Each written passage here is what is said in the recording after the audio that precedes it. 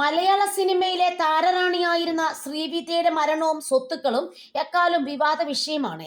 നടിയുടെ സ്വത്തുക്കൾ നടനും മന്ത്രിയുമായ കെ ഗണേഷ് കുമാർ കൈവശപ്പെടുത്തിയെന്ന് ബന്ധുക്കൾ ആരോപിച്ചിരുന്നു. ഇപ്പോഴിതാ ഈ വിഷയത്തിൽ ആദ്യമായി പ്രതികരിച്ചിരിക്കുകയാണ് ഗണേഷ് കുമാർ. തന്റെ പേരിൽ ശ്രീവിദ്യ സ്വത്തുക്കളൊന്നും എഴുതി വച്ചിട്ടില്ലെന്നാണ് അദ്ദേഹത്തിന്റെ പ്രതികരണം. ശ്രീവിദ്യയ്ക്ക് വേണ്ടി ഒരു മെമ്മോറിയൽ പണിയണം. അവസാന കാലത്തെ അവർ കേരളത്തിലാണ് ജീവിച്ചത്.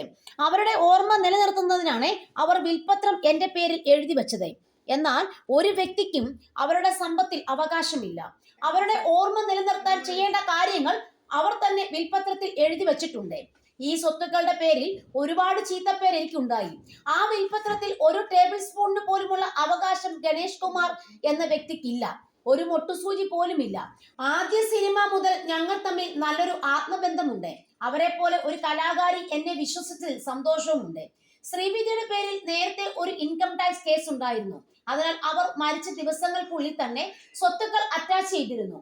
നടിയുടെ മദ്രാസിലുള്ള ഫ്ളാറ്റ് ഇൻകം ടാക്സുകാർ വിറ്റ് അവർക്ക് ആവശ്യമുള്ള പണം എടുത്തിരുന്നു. എന്നിട്ടും സ്വത്തുക്കൾ റിലീസ് ചെയ്യാതെ ഇൻകം ടാക്സുകാർ ഹോൾഡ് ചെയ്ത് വെച്ചിരിക്കുകയാണ്. സ്വത്തുക്കൾ വിട്ടുകിട്ടണമെന്ന് ആവശ്യപ്പെട്ട് ഞങ്ങൾ ഹൈക്കോടതിയെ സമീപിച്ചിട്ടുണ്ടെന്നും ഗണേഷ് കുമാർ പറഞ്ഞു.